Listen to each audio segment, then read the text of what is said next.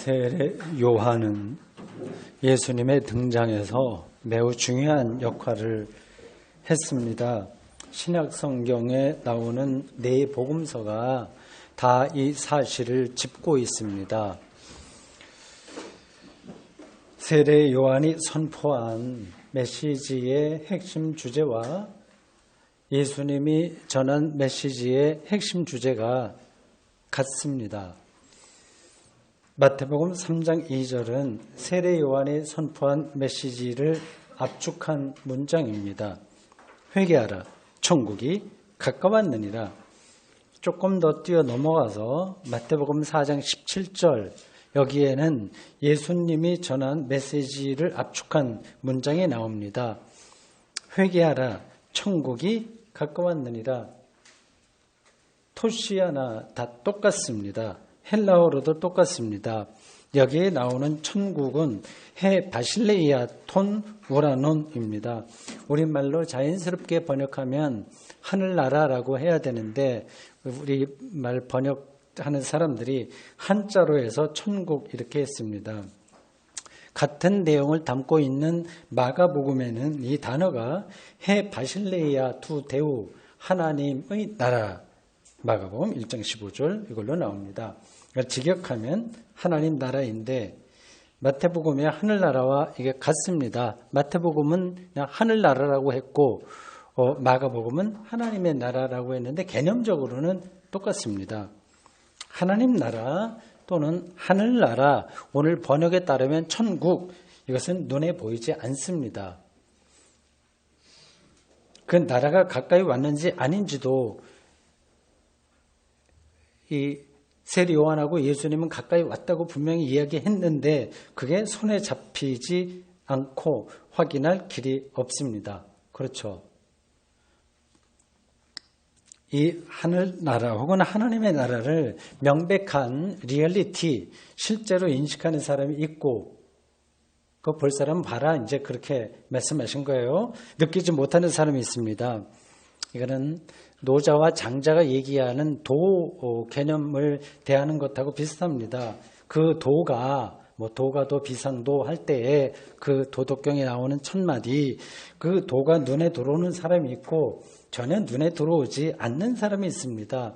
설명을 듣고 이해하는 사람이 있고 아무리 들어도 딴 나라 이야기로 생각하는 사람이 있습니다.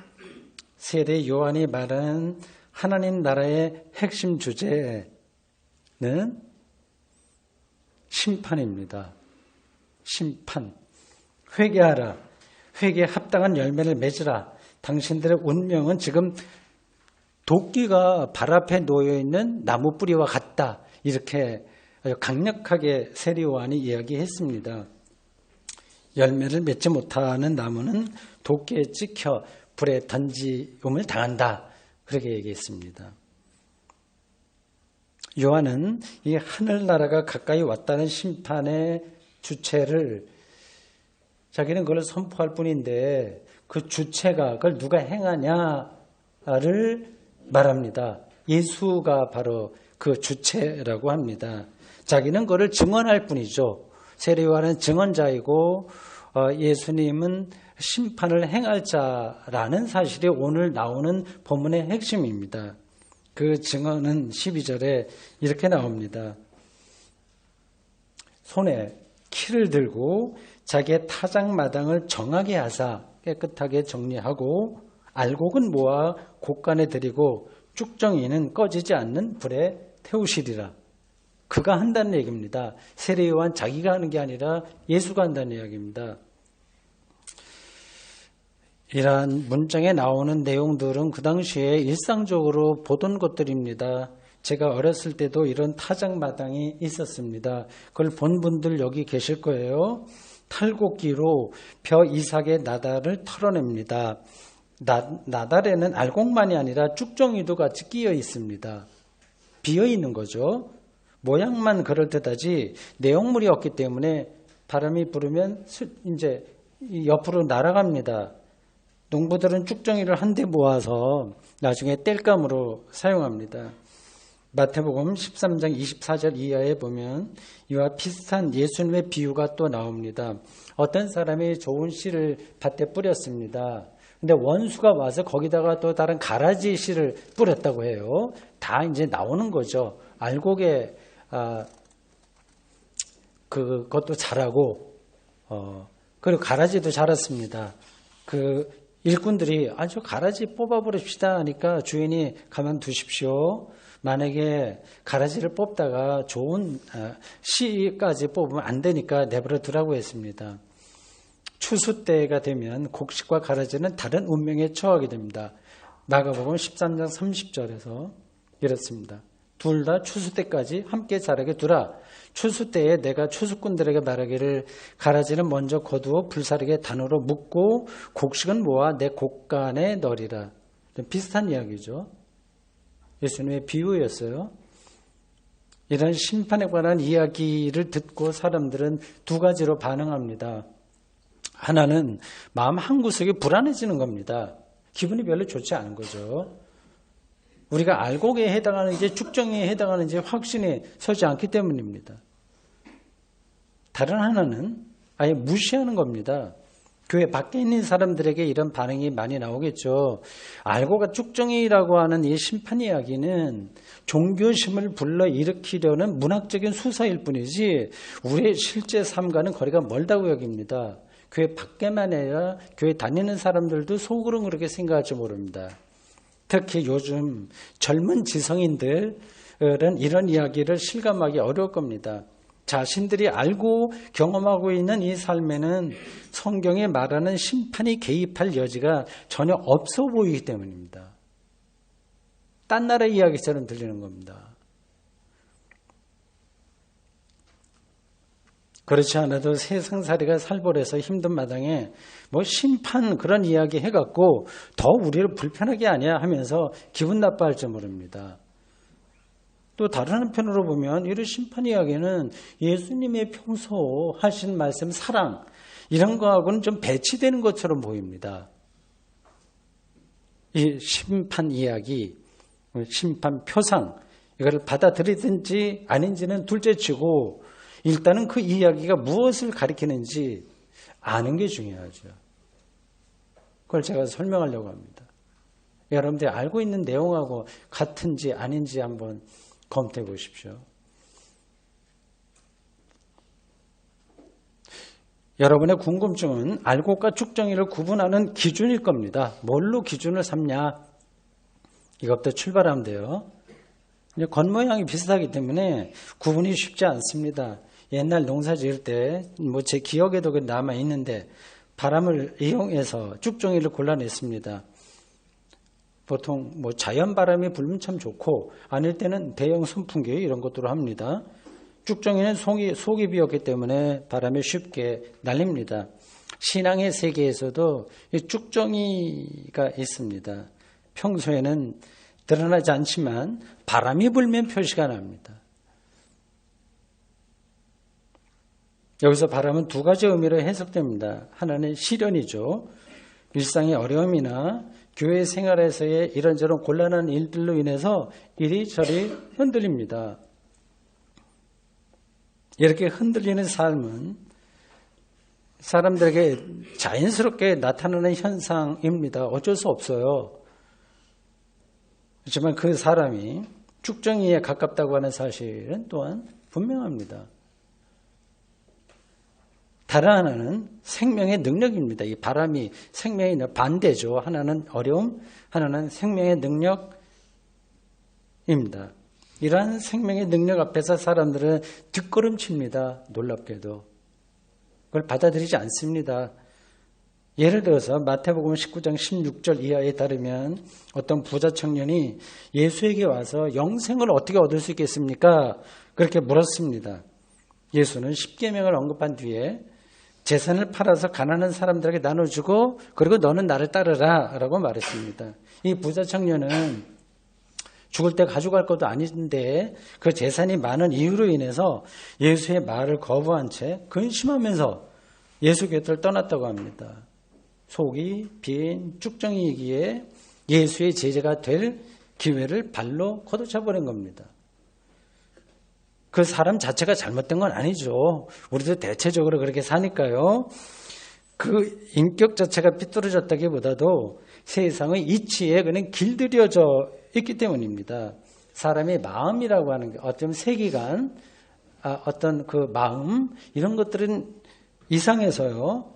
한쪽으로 고정되면 다른 쪽에 눈이 안 들어옵니다. 그리고 다른 쪽은 좀 이상하게 느껴집니다. 이 부자 청년은 율법과 재산, 종교적인 율법과 세속적인 재산, 여기에 삶의 궁극적인 의미를 두었기에 예수의 제자로 사는 삶을, 즉 하나님 나라를 향한 삶을 받아들일 수 없었습니다. 우리는 지금 죽정이일까요? 아니면 알곡일까요? 알곡과 죽정의 심판은 미래만이 아니라 이미 지금 여기서 시작했다는 사실을 눈여겨봐야 됩니다. 그게 보여야 됩니다. 그게 손에 잡혀야 됩니다. 그렇지 않으면 이런 이야기는 아무 의미가 없게 됩니다. 우리의 인생은 알곡이냐 죽정이냐 곡간에 들어가냐 불 속으로 들어가냐 하는 시험을 치르는 과정입니다. 지금 이미 시작했습니다. 여러분은 당연히 저를 포함해서 알곡이 되기를 원할 겁니다. 근데 자기가 원한다고 해서 저절로 되는 알곡이 되지 않습니다. 알곡으로의 과정이 필요합니다. 알곡이 읽어가는 과정 아시죠? 어떤 일들이 벌어지는지요? 여기 화가가 되려는 어떤 젊은이가 있다고 합시다. 이중석, 박수근 혹은 렘브란트나 피카소 같은 화가가 되고 싶다는 열정만으로 위대한 예술가가 되는 게 아닙니다. 끊임없이 훈련과 예술가적 영혼이 필요합니다. 아무런 노력도 기울이지 않고 예술 영혼도 뭉개면서 시간을 허비한다면 그는 화가가 되지 못합니다. 신앙의 세계도 사실은 마찬가지입니다. 지금 우리는 죽정이의 길을 가냐 알곡의 길을 가냐 하는 시험을 받으면서 인생을 살고 있습니다. 느끼는 분들은 느끼실 겁니다. 지금 여기서 그런 심판과 시험이 알곡과 죽정이가 되는 그 시험이 어떻게 나타날까요? 어떤 사람이 알곡의 길을 가고 어떤 사람이 죽정이의 길을 가고 있는 것일까요? 그 구체적인 길을 저는 모릅니다. 매일 새벽에 일어나서 기도하고 말씀 읽고 교회 생활에 최선을 다하는 것일 수도 있고 기독교 신앙의 이름으로 어려운 이들을 돕는 일에 적극적으로 나설 수도 있습니다. 어떤 일은 소명을 느껴서 좀 더 적극적으로 목사의 길을 가거나 선교사의 길을 갈 수도 있습니다.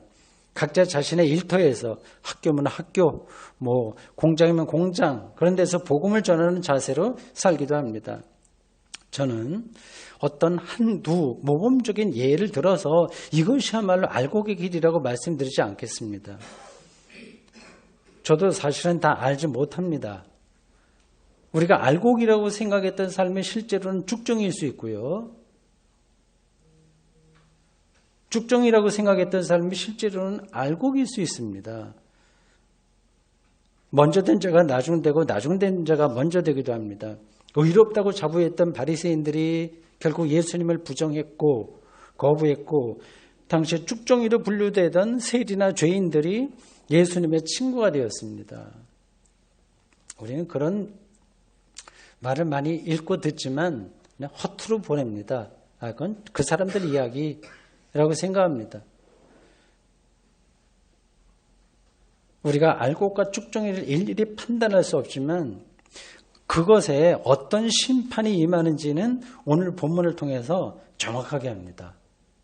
곡간에 들어가는 삶이 있고요. 불에 태워지는 삶이 있습니다.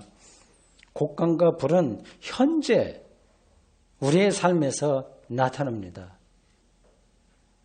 그게 뭘까요?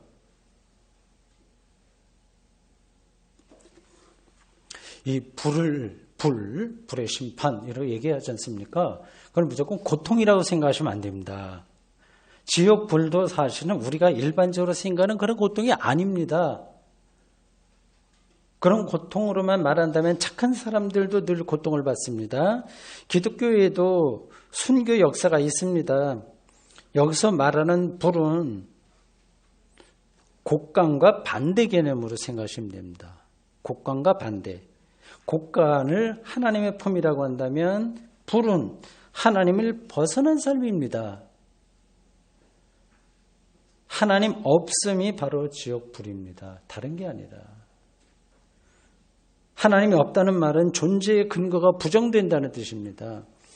존재의 근거가 부정되는 삶은 허무에 떨어집니다. 허무가 불의 지옥불과 같은 겁니다.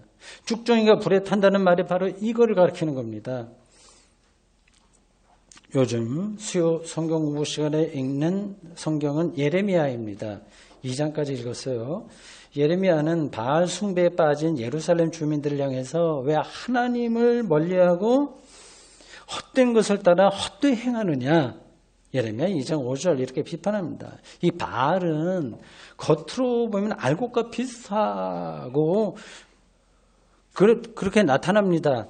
그러나 실제로는 쭉정이입니다. 그래서 예레미야 선지자는 헛된 거다. 그게 아마 예루살렘 주민들은 귀에 안 들어왔을 겁니다. 뭐가 헛된 건지 아닌지가 분간이 안 되는 겁니다. 하나님이 아닌데도 하나님처럼 행세하는 대상은 헛될 수밖에 없습니다. 21세기 대한민국 사회에서 무엇이 하나님 행세를 하는지 아시겠죠? 현대인들은 바로 이런 헛된 신처럼 섬기는 사람들이 아닐까요?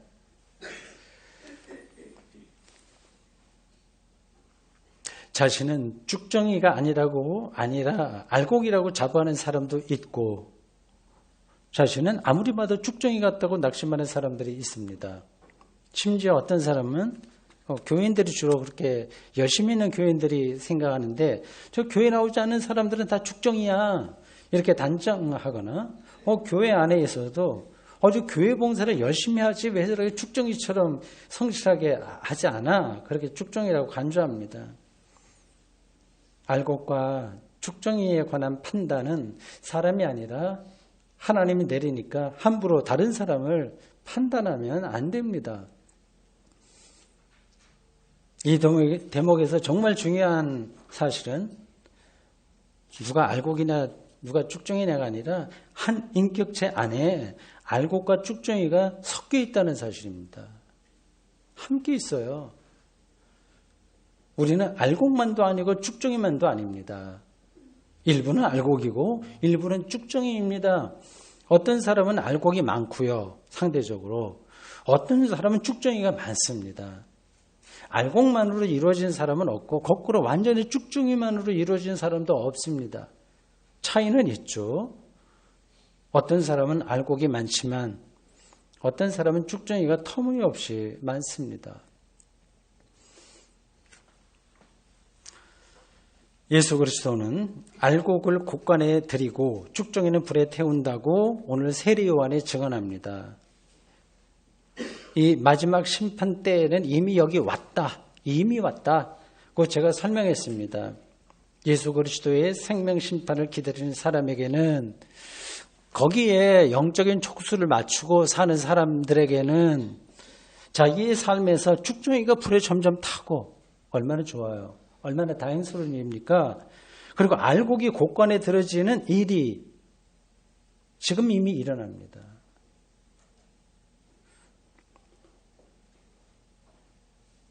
속이 빈 쭉정이 같은 삶이 점점 줄어들고, 어떤 때는 신압으로, 어떤 때는 급속도로 줄어들고, 내용이 충만한 알곡과 같은 삶이 확장됩니다. 구도적으로 알곡의 삶을 추구한다면 그는 쭉정이를 거의 찾아볼 수 없는 경지에 이르게 됩니다. 매 순간 하나님의 생명이 충만한 인생을 가리킵니다. 바람이 불어도 흔들리지 않고요. 자랑할 만한 일이 벌어져도 요동하지 않습니다. 그 사람의 깊은 영혼에 기쁨과 평화와 안식이 자리합니다. 이렇게 사는 사람은 다른 사람에게도 그렇게 좋은 영향을 끼치게 되어 있습니다. 그 사람이 그렇게 존재하고 살아가는 것 자체가 주변에 그런 영향을 끼칩니다. 알곡으로 가득한 인생이 우리 기독교인의 궁극적 목표 아니겠습니까? 성화죠. 거룩하게 변하는 삶입니다. 저나 여러분 모두 이러한 인생을 원합니다. 그게 뜻대로 되는 게 아니라는데 어려움이 있습니다. 어려움이 있습니다. 어떻게 해야 될까요?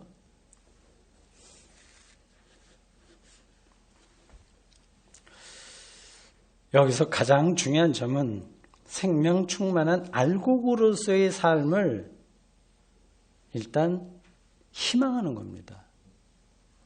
거기에 방향이 있어야 됩니다. 그쪽으로요. 사람들은 세상에서 정해놓은 로드맵, 인생의 로드맵 있죠? 뻔하죠? 어쩌면 굉장히 지루한 거죠? 그러나 로드맵에 목을 메고 삽니다. 그게 자신의 삶을 살리는 길인지 아닌지도 아예 생각하지 않습니다. 무엇이 생명 충만한 삶이며 무엇이 허무한 삶인지를 진지하게 생각하지 않습니다. 기독교인들도 여기서 예외가 아닙니다. 신앙의 연륜이 늘면서 기독교에 대한 정보의 양은 늘어나지만 아는 건 잠깐 많아져요. 뭐 저처럼요. 근데 신앙 자체는 깊어지지 않습니다. 이 두 가지를 구분해야 됩니다. 신앙에서, 신앙생활에서 무엇이 옳은지 그런지 그거를 안다는 사실하고 신앙이 깊어지는 것하고는 다른 문제입니다. 중요한 것은 우리 신앙의 심화와 진보입니다. 신앙의 심화와 진보입니다. 신앙의 연륜이 깊어지면서 다른 사람을 더 관용으로 대하고 아주 마음 중심에서 톨러랑스라고 하는 그 관용이 풍부해지고 더 인내할 줄 알고 교회의 덕을 위해서 자신의 판단을 접을 줄도 압니다. 그게 신앙의 능력입니다. 알곡을 곡간에 들이고 죽정이를 불에 태운다는 엄청난 사실을 알기 때문에 그게 뭔지를 알기 때문에 그리고 그걸 경험했기 때문에 인간적인 이해타산과 시시비비에서 근본적으로 벗어납니다. 커피 맛에 절정을 아는 사람은 서로 네 커피 맛이 낫느니 못하다느니 하는 논란에 끼어들지 않는 것과 같습니다. 최고 인류 바리스타라고 하면 그럴 겁니다. 억지로 되는 게 아니라 저절로 그렇게 됩니다. 우리는 생명 충만한 알곡으로서의 삶을 실제로 희망하고 추구하고 있습니까? 그리고 그게 무엇인지 경험해 보셨습니까?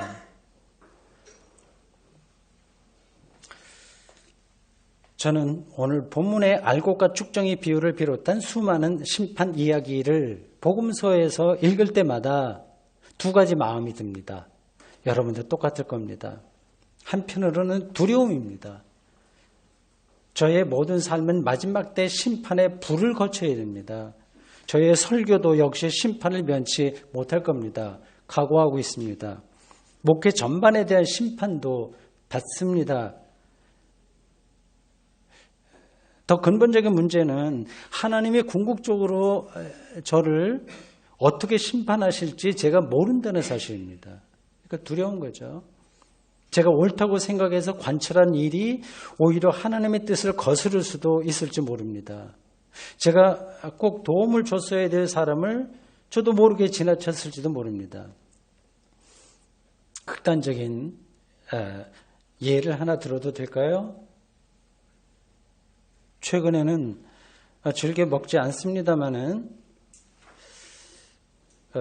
지난 여름까지만 해도 기꺼이 먹었던 돼지 국밥과 돼지 목살이나 삼겹살로 인한 심판이 기다리고 있을지 모릅니다. 사람의 식욕을 위해서 얼마나 많은 가축이 불행하게 사육되는지를 생각하면 이런 심판이 없다고 단정하기 어렵습니다. 요 앞대목에서 여러분들이 웃었어야 되는데 난 그거 기대했는데 웃지 않으시네요. 제가 채식주의자, 아주 극단적인 채식주의자는 비건이라고 하는데 채식주의자는 아니지만 앞으로 언젠가 우리 미래 인류는 동물 학대에 가까운 지금의 육식 문화를 극복할 것으로 생각합니다. 극단적인 예를 제가 든 것뿐입니다. 제가 심판의 불을 거쳐야 된다는 걸 각오한다는 차원의 말씀이었습니다. 다른 한편으로는 앞에 거 하나고 다른 한편으로는 안도입니다. 만약 지금의 제 모습 그대로 하나님 나라에 들어간다면 부끄러움으로 인해서 도저히 버텨낼 수 없을 겁니다. 그러니까 안 되는 거예요. 이런 부끄러움은 나 스스로 해결할 수 없는 것들입니다. 뭐 일반적으로 얘기하면 뭐 위선과 교만 이런 거 해결되나요? 안 되죠? 아무리 노력해도 모양만 달라질 뿐이지 그 본질은 그대로 남아 있습니다. 뭐 예를 들어서 저도 툭 하면 어떤 정치인을 향해서 아주 저런 몰상식한 사람이 국민의 대표가 될 수 있어? 하고 속으로 무시할 때가 있습니다. 그리고 교인들을 잘못 선동하는 설교자들 향해서 본인들이 읽으면 낯이 이제 붉어질 만한 글을 많이 썼습니다. 나름으로 옳다고 생각했지만 이거로 인해서 시험 들린 사람들도 적지 않으니 이런 부담을 안고 하나님 나라에 갈 수는 없습니다. 근데 다행스럽게도 하나님이 불러 태우신다고 하네요. 안도의 한숨을 내쉴 수밖에 없습니다. 정말 마음 편안합니다. 사랑하는 성도 여러분, 마지막 심판을 여러분이 어떻게 받아들이는지 제가 다 알지 못하고 그리고 앞에서 제가 드린 설교 내용에 여러분이 동의하는지 아닌지 모르겠으나 다음에 한 가지 사실만은 잊지 말기를 간곡히 부탁드립니다. 우리를 심판하실 분은 예수 그리스도이십니다. 대법원 판사가 우리를 심판하는 게 아닙니다. 한국은행 총재가 우리를 심판하는 게 아닙니다. 우리를 위해서 십자가 죽음을 기꺼이 받아들이신 예수 그리스도가 심판하십니다. 알곡은 하나님의 곳간에 들으시고 죽정이는 정말 다행스럽게도 불에 태우실 겁니다. 대림절 둘째 주일을 맞아 설레는 마음으로 그 순간을 기다리며 살아가십시오. 아멘. 하나님, 오늘 저희들 대림절 둘째 주일 세계 교회력에 따라 주어진 이 복음서 말씀을 통해서 하나님의 뜻 그리고 기독교 신앙에 지켜온 신앙의 근본에 대해서 같이 듣고 또 해석했고 또 생각을 나누었습니다. 알곡과 축정의 심판이 먼 미래에 언젠가 하나님의 시간에서 모든 것이 환하게 불빛으로 나타나는 것처럼 드러날 때에 이루어지겠으나 뿐만 아니라 오늘 우리가 사는 이 시간 속에 우리의 현장 속에 우리 일상에 들어와 있음을 저희들이 믿습니다. 우리의 삶, 우리의 신앙생활이 한 발 한 발 알곡으로 가득 찬 삶이 되도록 주님 붙들어 주십시오. 예수님의 이름으로 기도합니다. 아멘.